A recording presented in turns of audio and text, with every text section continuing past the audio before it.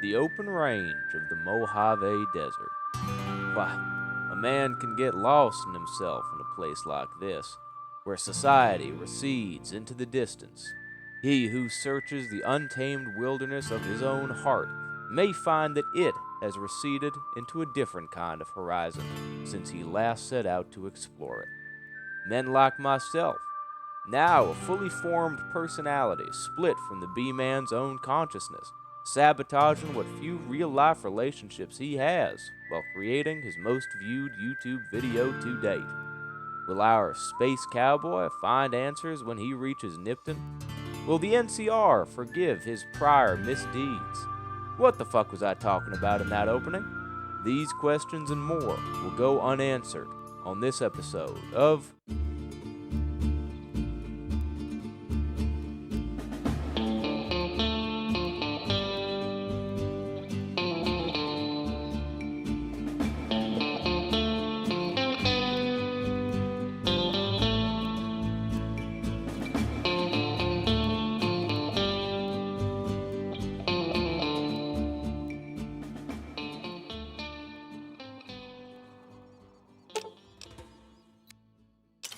Having stowed his most valuable possessions with his trusty sidekick, and having braved the chance encounter with an ill-prepared band of leather daddies, Grundle Hammer finds himself accosted by yet another kindred traveler with strange tales of starlit bottle caps. Crazy bitch just attacked me out of nowhere.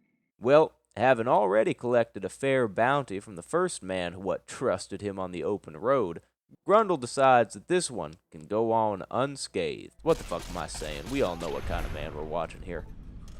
That boy is stuck in time. On his approach to the quaint and welcoming town of Nipton, Grundle's formidable intellect and staggering power of detection senses that something may be out of sorts. And that flag, why, it couldn't be. Oh my lord, it's fucking Kyrgyzstan!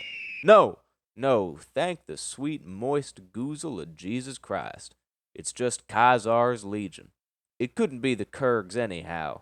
Someone was left alive, but seemingly without manners. Grundle does old Oliver Swaynick the courtesy of not skipping his best voice acting. Powder Gang is small time, man. I'm a winner! I won the motherfucking lottery! But at the end of the day, that boy is still a powder ganger.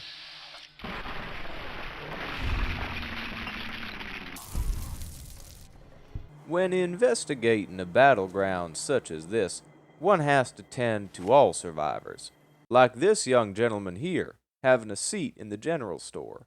Now, if he's happy to see Grundle, why, he can live a good, long life. And First I get my leg smashed, and then in walks the That's Powder no way Ganger's to greet grim up. We're fucking gonna get reaper. you help. Alright, yeah, that figures. Now, the mystery of Nipton's sorry state grows deeper, partially due to the rampant murder of all those what witnessed it. But just as the plot thickens to BBL Drizzy levels, finally, someone steps into the sun to give our hero answers. Don't worry. I won't have you lashed to a cross like the rest of these degenerates. It's useful that you happened by. Volpace Inculta. He's a real gracious host, and clearly a pyrocynical viewer, if you get my meaning. But Grundle won't hold that against him. So, Khazar's Legion was behind the crucifixiating of Nipton's residents. But don't you worry, dear listener. There is an intriguing and consistent moral philosophy behind their actions, which makes their form of government, in fact, superior to that of the NCR, who often use their legal framework. I'm just kidding, I'm no fucking Redditor. I still wouldn't feel too bad for the citizens of Nipton, though. They were evil, drug-addicted, philanderers. Hey, now, wait a minute. Khazar's Legion is a clan of mean sons of bitches, make no mistake. But Grundle doesn't know enough about them to properly judge their cause. So I ask you, pious listener, leave a long, detailed, well-cited comment weighing the pros and cons of joining their side of this war. And maybe the B-Man will take the time to make fun of you for it.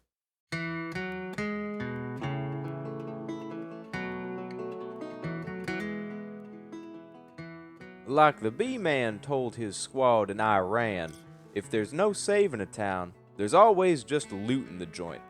After treating the Legion dogs like Wyoming farmers did the Grey Wolf and raiding the mayor's office for reading material, Grundle hits the trail once more, taking a deep breath and steeling his soul to the horrors that he will find in Nevada. The small rest stop settlement in Novak is our ultimate destination on this Cormac McCarthy novel of an arc, which might prompt the more reasonable man to head north. But Grundle fancies himself a regular Ferdinand Magellan, and sometimes, such as when your enemies insist on charging your position wielding kitchen implements, such exploration is rewarded by a grenade launcher. Certainly no unchristian horrors of this land can withstand the ultimate power of light ordnance. Well, when Grundle is lured by the promise of fashionable eyewear within sight of a glowing ghoul, he is quickly disabused of that notion. Well, not so quickly disabused, I suppose. Alright, he might be a slow learner. So up the road our curious courier travels. And by the way, he's capable of mowing down every Mad Max cosplayer on this stretch of the highway. It's pretty clear Grundle has found the level-appropriate path. Even a surprise attack with a grenade launcher leaves our emasculine mailman mostly unharmed. On that tender note, it's likely the effect of one of many mods the B-Man has employed, but it feels like every 2-cent hooker from Prim to Novak has discovered a grenade launcher, the sights of which offer tactical, chinless dweeb tracking technology. Well, it does them little good at the end of the day, as they meet the same fate as Grundle's liver. At the midpoint of his moseying, an NCR ranger station comes up on the horizon. Now, my supple campfire companions, some of you may recall that the NCR is currently disgruntled and in no small manner disgusted with the conduct Monsignor Hammer has displayed. Truly, there is no telling why these government stooges feel so strongly against Grundle's noble cause.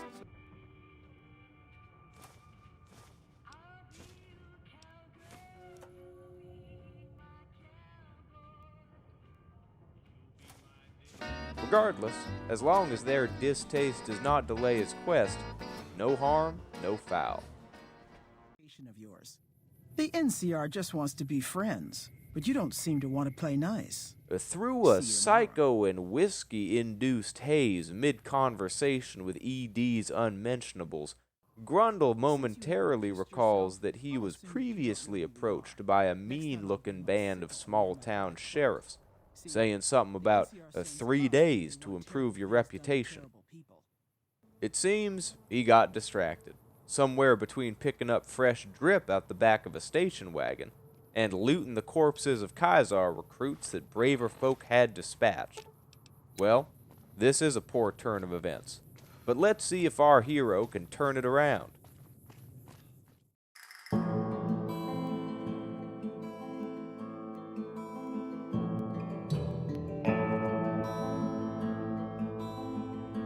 It's not like the NCR has any good friend in Grundle in the long run, but with his track record of not coming out on top of most fights, he decides it won't hurt to at least attempt to remain un-Swiss cheesed by California's finest. So how does one get on the government man's good side? Hopefully, a genocidal rampage is the answer.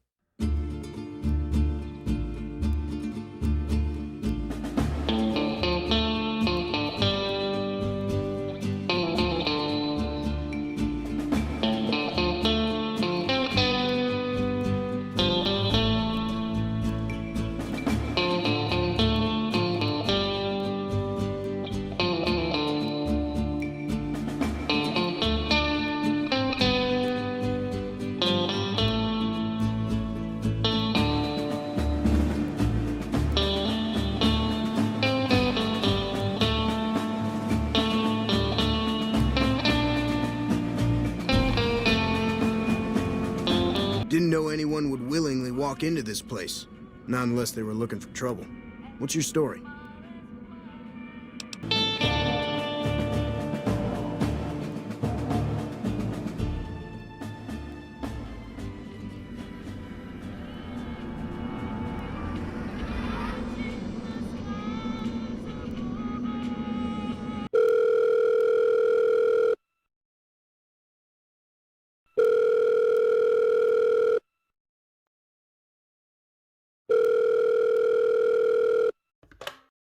He-Man Trading Services. Are you buying or bottoming? O Dio, che nel mistero della Pentecoste santifichi la tua Chiesa in ogni popolo e nazione. Oh, great. I was waiting for you guys to call back. I doni dello Spirito Santo. Well, I wasn't, waiting, E rinnova anche oggi nel cuore dei credenti i prodigi che nella tua bontà hai operato agli inizi della predicazione del Vangelo. Yeah, that's what I was actually about Che to Dio, Yeah, no, you're right. So, do you guys want to hang out, or? per tutti i secoli dei secoli. Yeah, cool, definitely. Because I actually have tickets to, a Mariners game Hello? They'll call back.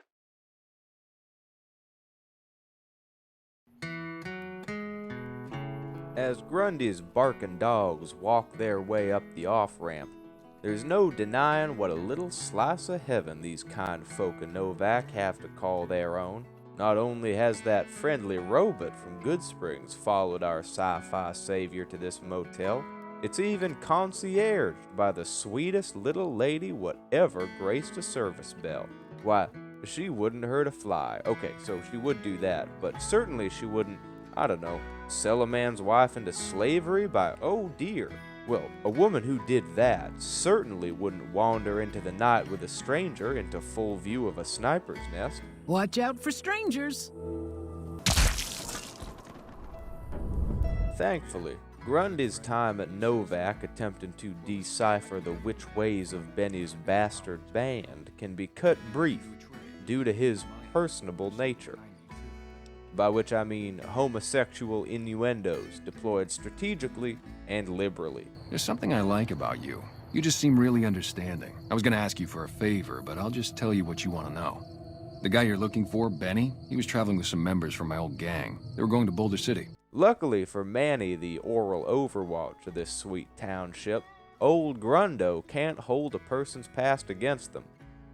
However, he does mention a small problem these sweet townsfolk are a-facing. Some scientifically inclined religious ghouls shacking up in the Iron Dome over yonder. Now, what the hell did you mean by that, Obsidian? Before he takes a look at that little situation, it's time to see what use our hero's gregarious intellect can have at the NCR's Tower of Power just up the way. It'll be a darn shame to leave this kindly town, especially since its merchandise manager has such an excellent selection of weaponry. Now, maybe just to sneak into his stash and see what we can't be. Oh my god. What the hell is all this? Cliff, what the fuck are you playing at? I gotta get the hell out of here.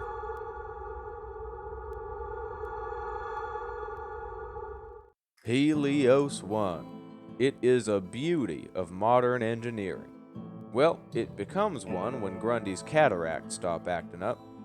Just as expected, only by proving his worth as an Aristotelian does Grundy gain enough respect to walk these derelict halls. Evidently, there is another genius-level IQ already pulling a scam on this joint.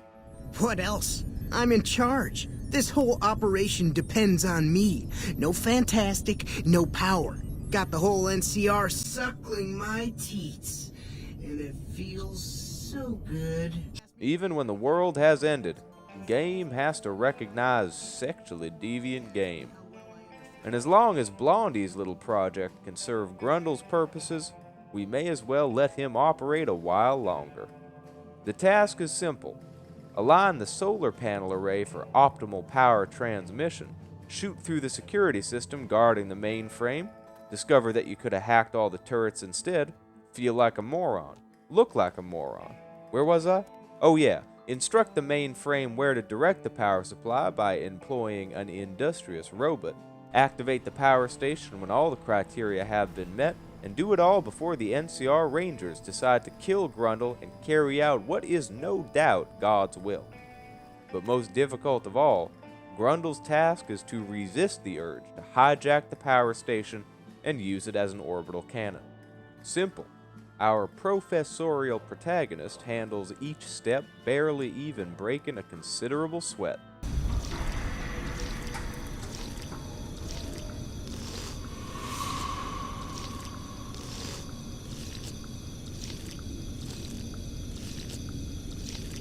While it is not his best case scenario to have to embolden the NCR's presence in the Mojave by directing power to their center of influence, Grundle's only other options seem to be powering a weapon which he has not the means to fire, giving the power to peasantry, which, yuck, or spreading it out in such a way that it don't do much good for anyone.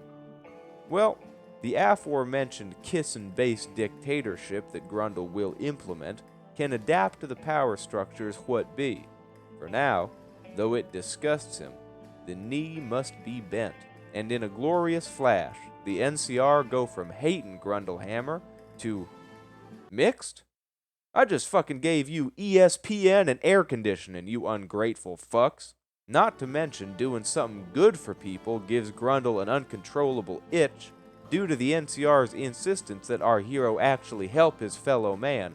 Grundy now must take his frustrations out on another group in need. Otherwise, his inner chi will be unbalanced.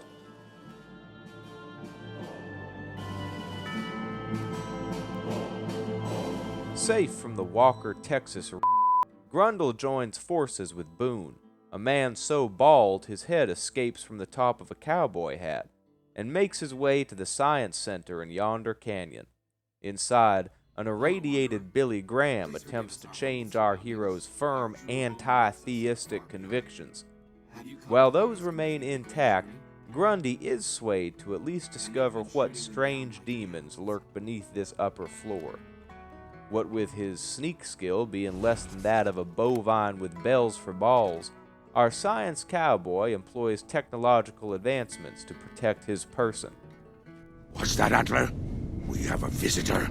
Well, this insane super mutant might not make the best of friends, but at least he's reasonable. Grundle sizes up his opponent and decides that non-violence may be the best option here. To make it out of these basement tunnels unbonked by their larger residents, Grundle has to convince a bull-headed ghoul to leave a room. Sure, brother, I'll find your girlfriend. Yeah, that about figures. Long story short, with a lot of cowardly running around after his stealth boy fails to keep this boy stealthy, Grundy is able to get our preacher and his flock down to their desired launch pad. My goodness. For the first time since the end of the war, our hero realizes there is truly an opportunity to achieve space travel. Maybe there could be a better world out there for these kind, innocent folk. And what man of science would be able to resist such a concept? Maybe, just maybe, that itch what drives Grundlehammer to evil can be scratched by the pleasure of scientific advancement.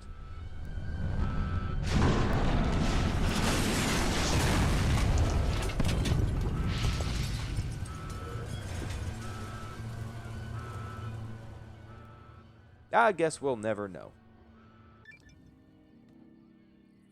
Well, there ain't no tellin' what comes next on this whirlwind adventure. Truly, who would have thunk that Grundle could go from shunned to barely tolerated by the largest standing army of the Mojave Desert? That he could aid in two great scientific advancements, both for completely selfish reasons? Okay, maybe anyone who has ever met him could have guessed those two. Well, partner, it's time I hit the old dusty trail before people realize there's no fucking moral or point to this story. Until next time, when our hero may finally come upon his well-mannered prey.